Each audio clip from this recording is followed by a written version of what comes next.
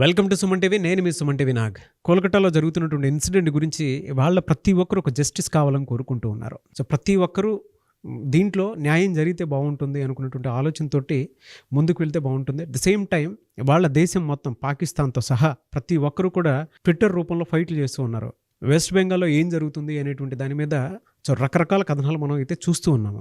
And ప్రతి ఒక్కరూ కూడా ఇన్సిడెంట్కి సంబంధించింది సరైన జడ్జిమెంట్, సరైన నిర్ణయంలో తీసుకోండి అనుకున్నటువంటి విషయాన్ని బలంగా గుర్తు చేస్తూ ఉన్నారు. మరి ఆ వెస్ట్ బెంగాల్కి ఎందుకు అర్థం కావట్లేదో, మమతా బెనర్జీకి ఎందుకు అర్థం కావట్లేదు అనేటువంటి దాని మీద అయితే రకరకాల కథనాలు, క్వశ్చన్స్ వస్తూ ఉన్నాయి. అయితే ప్రస్తుతానికి ఈ విషయంలో మాత్రం రకరకాల కథనాలు అయితే వస్తున్నాయి. అప్డేట్ ఏంటి అనేది ఈ రోజు మనతో పాటు అడ్వకేట్ ఉన్నారు రవీంద్ర గారు.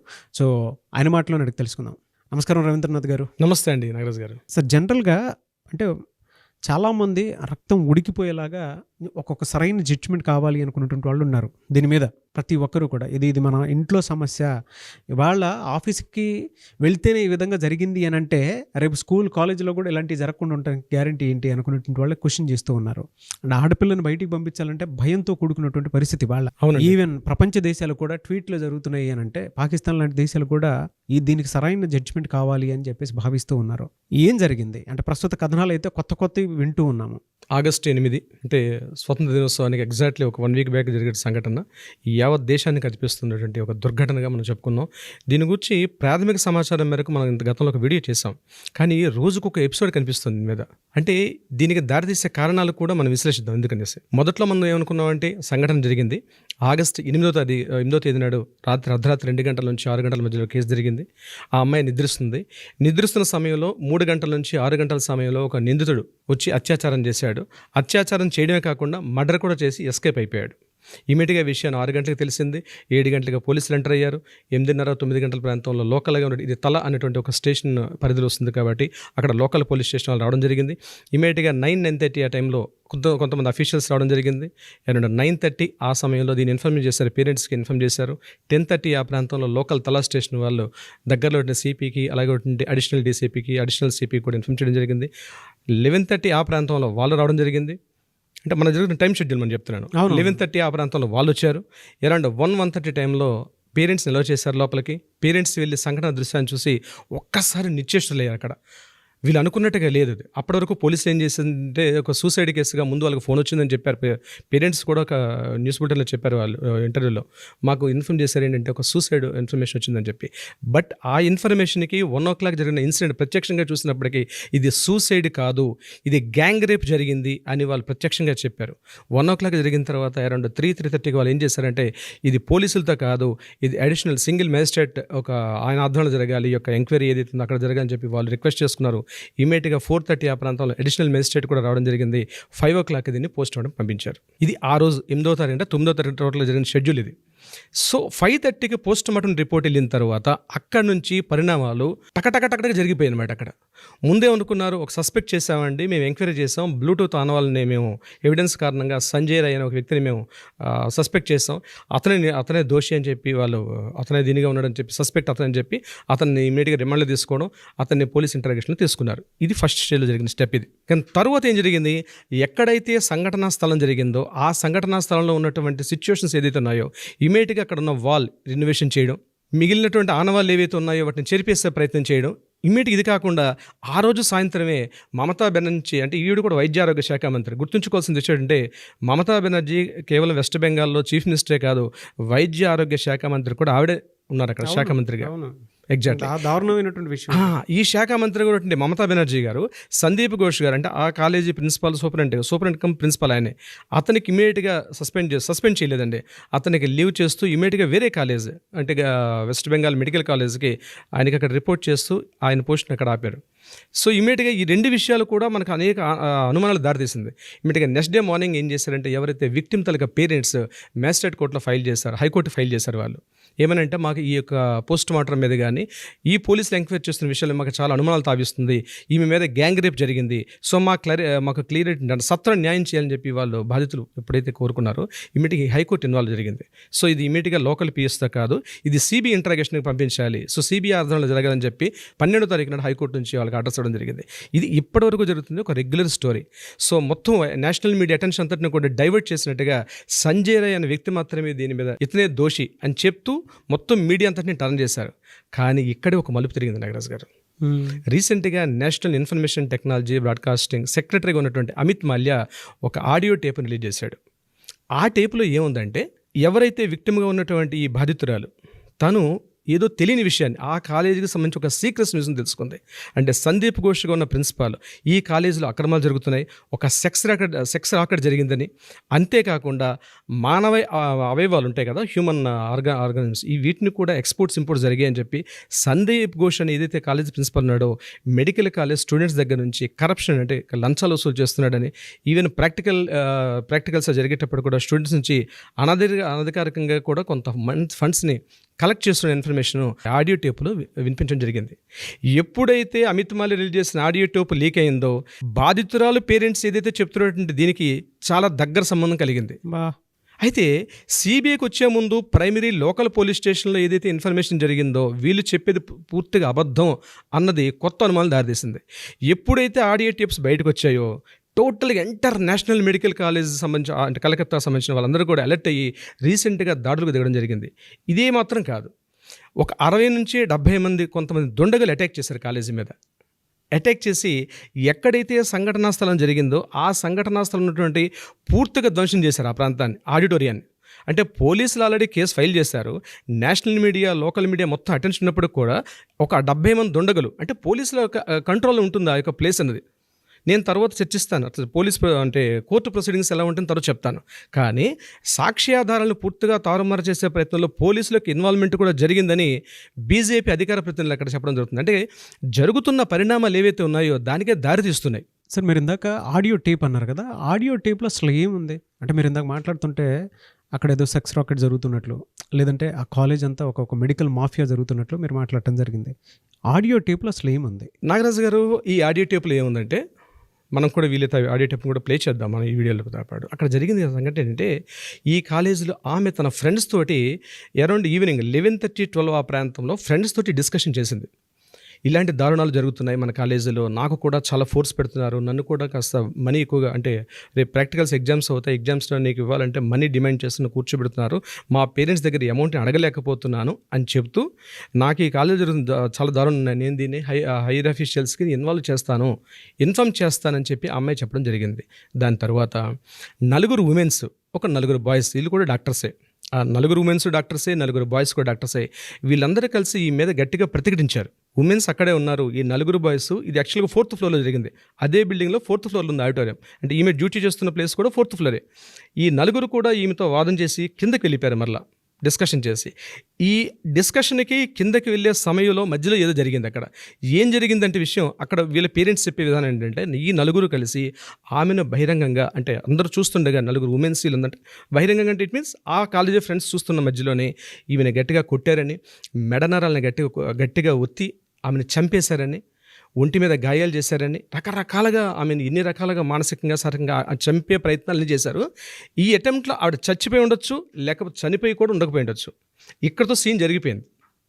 ఇది యాక్చువల్ జరిగిన సీన్. ఈ తర్వాత ఈ బాయ్స్ ఏం చేశారు, ఆ 4th ఫ్లోర్ నుంచి గ్రౌండ్ ఫ్లోర్కి వెళ్ళి లిక్కర్, అంటే అక్కడ మందు సేవించుకుని కింద ఉండిపోయారు. ఈ ఉమెన్స్ తర్వాత ఈమెతో కాస్త పెనుగులాడినటువంటి ఆనవాళ్ళు కూడా ఉన్నాయి. ఇది అక్కడ జరిగింది. సో ఈమె స్పృహ తప్పి పడిపోయింది అమ్మాయి. మరి స్పృహ తప్పిందా లేకపోతే చనిపోయిందా అంది, అది మనకి పోస్ట్మార్టం రిపోర్ట్స్లో కానీ ఫైనల్ రిపోర్ట్స్ వస్తే కానీ మనకు తెలియదు. సస్పెక్ట్ చేస్తున్నాం మనం ఇప్పుడు ఏంటంటే ఆడియో క్లిప్స్ ప్రకారం. అయితే ఇక్కడ సీన్ ఏం జరిగిందంటే, ఈ సంజయ్ రాయ్ అన్నటువంటి ఎవరైతే ఇక్కడ డ్యూటీలో ఉన్నటువంటి ఈ సివిక్ వాలంటీర్ ఎవరైతే ఉన్నాడో, ఇతను కేవలం 4th ఫ్లోర్కి వెళ్ళే రైట్స్ లేవు. ఇతను యాక్చువల్గా పిచ్చి సంజయ్ అని పిలుస్తారని ఇప్పుడు ఉన్నటువంటి కొత్తగా అనిపిస్తుంది ఏంటి, ఇతను పిచ్చి సంజయ్ అంటారు. అంటే హీజ్ ఎ ఉమనైజర్. ఆయన కూడా కనిపిస్తున్న ఉమెన్స్ తన మొబైల్లో కూడా చాలా ఈ అశ్లీలటువంటి దృశ్యాలు చాలా వరకు ఉన్నాయి. ఈ సంజయ్ రావు వాళ్ళు పిలిపించారని, కాస్త పైన ఫ్లోర్లో ఉన్నటువంటి దాన్ని క్లీనింగ్ చేసేసి ఆ అమ్మాయిని పక్కకు పెట్టామని చెప్పారని, ఈ సంజయ్ రాయ్ 4th ఫ్లోర్ పైకి, అంటే పర్మిషన్ లేకపోయినా సంజయ్ రాయ్ 4th ఫ్లోర్ పైకి వెళ్ళి అక్కడ ఎక్కడైతే విక్టిమ్ అంటే ఈ దారుణం జరిగిన ఆ సంఘటనలో ఆ అమ్మాయిని విగత జీవులుగా చూసినటువంటి ఆ అమ్మాయిని తను చనిపోయిన శవాన్ని తను సెక్స్ చేసి తను మరింత భయంకరంగా తన యొక్క పైశాచికత్వాన్ని సంజయ్ రాయ్ తీర్చుకున్నాడు. ఇది అతను మెంటల్ కండిషన్తో చేశాడా లేకపోతే మెంటల్ డిజార్డర్తో చేశాడంది నెక్స్ట్ కోర్టు ఇన్ఫ్లుయెన్స్ చేశారా? అంటే ఇతని కండిషన్ ఏంటి ఆ టైంలో? ఒక డెడ్ బాడీతో చేయడం అనేది అది కామన్ మ్యాన్ చేసేది కాదు. సో ఇతని యొక్క మానసిక స్థితి ఏమిటంది తర్వాత రిపోర్ట్ తెలుస్తుంది. బట్ ఈ రోజు మనకు అందిన ఇన్ఫర్మేషన్ ప్రకారం ఇది జరిగింది. నాగరాజు గారు, విస్తుపోయే నిజాలు ఇవన్నీ, కళ్ళు బయర్లు గమ్మేటువంటి నిజాలు. అవునండి. అంటే మనం అప్పుడు దాకా మీడియాలో వచ్చేటువంటి కథనాల ప్రకారం కానివ్వండి, లేదంటే మనం వినేటువంటి విషయాల ప్రకారం కానివ్వండి, మనం ఒకటి మాట్లాడుకుంటే ఆడియో టేప్ అనేది వాళ్ళ కొత్త విషయాన్ని వెలుగులోకి దారితీసేలా తీసింది. అంటే అక్కడ ఒక పెద్ద మెడికల్ మాఫియా నడుస్తుంది, హ్యూమన్ ట్రాఫికింగ్ నడుస్తుంది, దాంతోపాటు ఒక పెద్ద సెక్స్ రాకెట్ నడుస్తుంది అనేటువంటి విషయం తెలిసింది. అండ్ దాన్ని మొత్తం బయటికి రానియకుండా స్టేట్ మీద నెగిటివ్ ఒపీనియన్ వచ్చేస్తుందేమో అనేటువంటి ఉద్దేశంతో ఈవిడే హెల్త్ మినిస్టర్ కదా, ఈవిడ సీఎం హెల్త్ మినిస్టర్ ఈవిడే కదా, మమతా బెనర్జీ. అదే ఈవిడే కావాలని, అంటే ఆవిడ చేసేటువంటి పని ఏదైనా ఉంది అని అంటే బ్లేమ్ గేమ్ 100%, అంటే నింద 100% ఉంది. ఓకే, అకౌంటబిలిటీకి వచ్చేటప్పటికి 0 ఉంది. మీరు ఎంటైర్ ఈ ఇన్సిడెంట్లో కనుక మనం చూస్తే ఒక సీఎం ర్యాలీ తీసి నాకు అన్యాయం జరిగిందని చెప్పి చెప్పడం అనేది మనం ఏ స్టేట్లోనూ చూడలేదండి. కావాలనుకుంటే మన తెలుగు స్టేట్లో ర్యాలీ తీయడం కాదండి, ఫస్ట్ టైం సీఎం ర్యాలీ తీయడం. దీంతో పాటు వితిన్ 1 వీక్లో ఎవరైతే నిందితున్నాడో అతన్ని మేము ఉరిశిక్ష చేస్తాము, ఉరిశిక్ష తీయాలి, కోర్టులు ఈ రకంగా ఫాస్ట్గా రావాలని చెప్పి, అంటే దొంగ నడిచినట్టు ఉంది ఇక్కడ విషయం. అవును అవును, ఏం చేస్తుంది ఇదే మన తెలుగు రాష్ట్రాల్లో గతంలో కనుక చూసుకుంటే అండి, అంటే ఇన్స్టెంట్గా ఇప్పుడు మనం చూస్తే కొన్ని ఇన్సిడెంట్స్లో రాజశేఖర రెడ్డి గారు కానివ్వండి, లేదంటే కేసీఆర్ గారు కానివ్వండి, తీసుకున్నటువంటి డెసిషన్స్, అంటే మనకి కొన్ని సమయంలో వాళ్ళు తీసుకున్నటువంటి డెసిషన్స్, వాళ్ళ గవర్నమెంట్లో జరిగినటువంటి డెసిషన్సే కరెక్ట్ ఏమో అన్న భావన కూడా కలుగుతుంది మనకి. అంటే ఇక్కడ కంపారిజన్ చేయడం అన్నది కరెక్ట్ కాకపోవచ్చు, ఎందుకంటే అక్కడ రాజకీయ సామాజిక పరిస్థితులనే ఉంటాయి. వెస్ట్ బెంగాల్ ప్రాంతం ఇప్పుడే కాదండి, 100 ఏళ్ళ నుంచి కూడా సోనాగచ్ అనే ఒక ప్రాంతం ఉంది. It's purely red light area. బాంబేలో ఎట్లయితే మనం రెడ్ లైట్ ఏరియా అంటాము, కలకట్టాలో సోనాగచ్ అంది అఫీషియల్ ఇట్స్ సెక్సువల్ రాకెట్ నడుస్తుంటుంది. అంటే సో మనం దాన్ని కంపారిజన్ చేయలేం. మన తెలుగు రాష్ట్రాలు అటువంటి సంస్కృతి లేదు. బట్ అటు వెస్ట్ సైడ్ ఉన్నటువంటి ఇన్స్టెంట్ జడ్జిమెంట్ అనేది ఇందాక 1 వీక్లో వాళ్ళని ఉరిదీయాలి, వాళ్ళు ఇచ్చేయాలి, సిబిఐ ఇన్వెస్టిగేషన్ అని చెప్పేసి ఇప్పుడు చెప్తుందని చెప్పేసి అన్నారు కదా. అవునండి, ఏం సీఎం కంపారిజన్ పాయింట్లో నుంచి చెప్పాను. జనరల్గా అంటే మన వాళ్ళే ఇంత అగ్రెసివ్గా కొన్ని విషయాల్లో డెసిషన్ తీసుకుని వెళ్ళిపోతుంటారు. అన్యాయం అంటే అన్యాయంలానే చూస్తారు. అక్కడ ఇంత హైడ్రామా నడుస్తుందంటే అంటే అకౌంటబిలిటీ 0. అంటే ఇక్కడ ఒక పాయింట్ అండి, ప్రత్యేకంగా ఇవి మెడికల్ కాలేజెస్, అంటే ప్రభుత్వం యొక్క ఆధ్వర్యంలో నడుస్తుంటే కాలేజెస్. హ్యూమన్ ట్రాఫికింగ్ కావచ్చు, సెక్స్ రాకెట్స్, ఇవన్నిటికి కూడా చాలా వరకు అడ్డాలుగా ఉన్నాయి. బయటికి రాలేదు కాబట్టి ఇప్పుడు తెలియదు. చాలా మెడికల్ కాలేజెస్ జరుగుతూ ఉంది, బట్ బయటికి న్యూస్ రాలేదు తెలియదు. అయితే ఇక్కడ మమతా బెనర్జీ అనే వ్యక్తి సీఎంగా ఉంటూ ఆ సందీప్ ఘోష్ ఎవరైతే ఉన్నారో కరస్పాండెంట్ ప్రిన్సిపాల్, అతనితోటి తను తీసుకున్న నిర్ణయాలు ఇతను సపోర్ట్ చేస్తున్నాడు. అంటే ఆ ఆడియో టేప్లో కూడా ఇంకో మాట కూడా నేను చెప్పడం వచ్చాను. అందులో ఏం చెప్పారంటే ఈ సందీప్ ఘోష్కి రాజకీయ సంబంధాలు చాలా విస్తృతంగా ఉన్నాయి, అతన్ని ఎవరు ఏమీ చేయలేరు, దాన్ని రాజకీయంగా ఉన్న ప్రస్తుత గవర్నమెంట్ అడ్డు పెట్టుకొని తను రెచ్చిపోతున్నాడు అన్న ఒక విషయం కూడా అందులో స్పష్టంగా ఉంది. అవునండి. సో ఇవన్నీ ఏంటంటే యాక్చువల్గా ముందున్నటువంటి సిచ్యువేషన్ వేరు, ఈ సిచ్యువేషన్స్ ఎక్కడికో దారితీస్తున్నాయి. కోర్టు ప్రొసీడింగ్స్ కానివ్వండి, లేదంటే జనరల్గా ఎలా వెళ్తే బాగుంటుంది అంటారు సార్ అసలు? అంటే యాక్చువల్గా జనరల్గా ఈ అత్యాచారం, హత్య ఇటువంటి సంఘటనలో కోర్టు కొన్ని ప్రొసీడింగ్స్ ఉంటాయండి. అంటే కోర్టు స్టెప్స్ ఎలా ఉంటాయి, 1 by 1 స్టెప్స్. ఫస్ట్ స్టెప్ ఏముంటుంది, ఎఫ్ఐఆర్ నమోదు చేయడం. అంటే సంఘటన ఐడెంటిఫై చేయగానే ఫస్ట్ ఎఫ్ఐఆర్ నమోదు చేయడం అనేది ఫస్ట్ ఇన్స్టెంట్. సో ఎఫ్ఐఆర్ తర్వాత సమాచార సేకరణ, అంటే ఇన్ఫర్మేషన్ గ్యాదర్ చేస్తారు పోలీస్ డిపార్ట్మెంట్ వాళ్ళు. ఫస్ట్ నెక్స్ట్ స్టెప్లో జరిగేది సమాచార సేకరణలో ఏమవుతుంది, ఆ హత్య జరిగిన సంఘటన స్థలాన్ని పరిశీలించడం, అక్కడ ఏవైనా సాక్ష్యాలు దొరుకుతాయా, అంటే ప్రిలిమినరీ ఎవిడెన్సెస్ అన్నీ కలెక్ట్ చేస్తారు. దీని తర్వాత ఫోరెన్సిక్ వాళ్ళని పిలిపిస్తారు. దాని నెక్స్ట్ మరలా ఈ థంబ్ ఇంప్రెషన్స్ వాళ్ళని తీసుకుంటారు, అక్కడ వేలి ముద్ర నిపుణులను తీసుకోవడం, ఫోరెన్సిక్ వాళ్ళని తీసుకోవడం, ఇవి ప్రైమరీ స్టేజ్లో అయిపోతుంది. దీని నెక్స్ట్ డిఎన్ఏ టెస్టులు తీసుకొస్తారు. అత్యాచార బాధితురాలను కానీ బాధితురాలు సంబంధించినటువంటి ఆనవాళ్ళు ఏమైనా ఉంటే అక్కడ ఉంటే కూడా తీసుకుంటారు. ఇవన్నీ అయిన తర్వాత ఎవరైతే నిందితుడిని సస్పెక్ట్ చేస్తారో అతన్ని పోలీస్ స్టేషన్లో రిమాండ్కి తీసుకెళ్తారు. స్టేషన్లో మన కోర్టులో సబ్మిట్ చేస్తారు. కోర్టు ఆయనకి బేస్డ్ ఆన్ ద కేసు ప్రకారం మినిమం 14 days నుంచి పైకి రిమాండ్ ఇస్తారు. ఇదంతా ఒక పార్ట్. దీని తర్వాత ఛార్జ్ షీట్ ఫైల్ చేస్తారు. ఛార్జ్ షీట్ ఫైల్ అయిన తర్వాత మొత్తం కేసు ఎవిడెన్స్ అన్నీ కూడా టోటల్ ఎవిడెన్స్ అంతా కూడా పీపీకి సబ్మిట్ చేస్తారు అంటే పబ్లిక్ ప్రాసిక్యూటర్కి. సో పబ్లిక్ ప్రాసిక్యూటర్ అని అప్పుడు ఎంటర్ అవుతారు ఈ కేసులోకి. ఇదంతా ప్రాసెస్ జరగడానికి it will take minimum 3 months నుంచి మ్యాక్సిమం ఎక్కడ టైం మెన్షన్ చేయలేదు. నాకు అది గుర్తుపెట్టుకోవాలంటే ఇక్కడే తప్పు జరుగుతుంటాయి.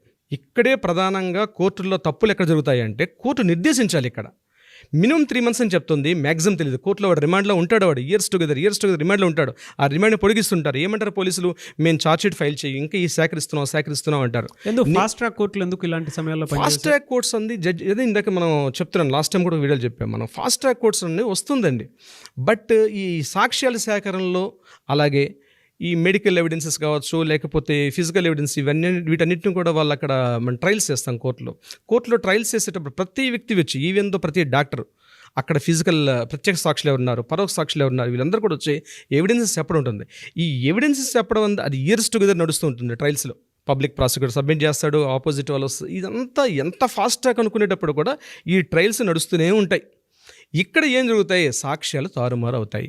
ఇప్పుడు ఈరోజు కొట్లాడుతున్న మన కలకత్తా కేసు విషయానికి వస్తే వీళ్ళందరూ ఎందుకు ఫైట్ చేస్తున్నారు, ఎంతమందికి మెడికల్ కాలేజ్ స్టూడెంట్స్ ఎందుకు వచ్చి ఫైట్ చేస్తున్నారంటే మాకు సత్వర న్యాయం కావాలి. ప్రపంచ దేశాలు కూడా ఒక తాటిపైకి వచ్చేసి ఫైట్ చేస్తున్నాయి. అవునండి, ఎగ్జాక్ట్. మనకు అగైనెస్ట్ గా ఉండేటువంటి పాకిస్తాన్ కూడా ఇవాళ ట్విట్టర్ లో ఫైట్ అంటే అది న్యాయం జరగాలి. ఇక్కడండి దేశం అన్నది మనం బౌండరీస్ గీసుకున్నాం, బట్ వ్యక్తులు ఒకటే కదా. ఎక్కడైనా ప్రపంచం అంతా ఒకటే కదండి. ప్రపంచంలో మనుషులందరూ ఒకటే, ఫీలింగ్స్ ఒకటే ఉంటాయి, ఎమోషన్స్ ఒకటే ఉంటాయి. సరే అవి పరిస్థితులు మారితే పాకిస్తాన్ మనం సపోర్ట్ చేయడం కూడా ఒక విధంగా అప్రిషియేట్ చేయాల్సిందే మనం. ఈ విషయం ప్రపంచ దేశాలు, కెనడా లాంటివి కూడా, ప్రపంచ దేశాలు కూడా. అయితే ఇక్కడ మనం కోర్టు విషయానికి వస్తే సత్వర న్యాయం జరగాలి అంటే చట్టాల యొక్క రూపకల్పన మార్చాలి ఇటువంటి సంఘటనలో. ఎందుకంటే టైం ఇస్తే ఏమవుతుందంటే డేస్ తీసుకున్న కొద్దీ ఈ సాక్ష్యాలు తారుమారు అయిపోతాయి. జరగాల్సినటువంటి న్యాయం జరగదు, బాధితులుగా న్యాయం జరగదు. దీని సొల్యూషన్ ఏంటి, ఏం చేస్తే బాగుంటుంది సొల్యూషన్? ఒకటేనండి, ఇటువంటి సంఘటన జరగగానే ఇమ్మీడియట్గా దీనికి ఒక స్పెషల్ జ్యుడిషియరీ ఒక ఫోరం ఉండాలి, ఒక స్పెషల్ జ్యుడిషియరీ ఫోరం. ఇందాక లాస్ట్ టైం మీరు ఒక వీడియోలో మంచి వీడియో ఒక మంత్రిత్వ శాఖ ఉండాలన్నారు మీరు. ఒక మంత్రిత్వ శాఖ ఉండాలండి.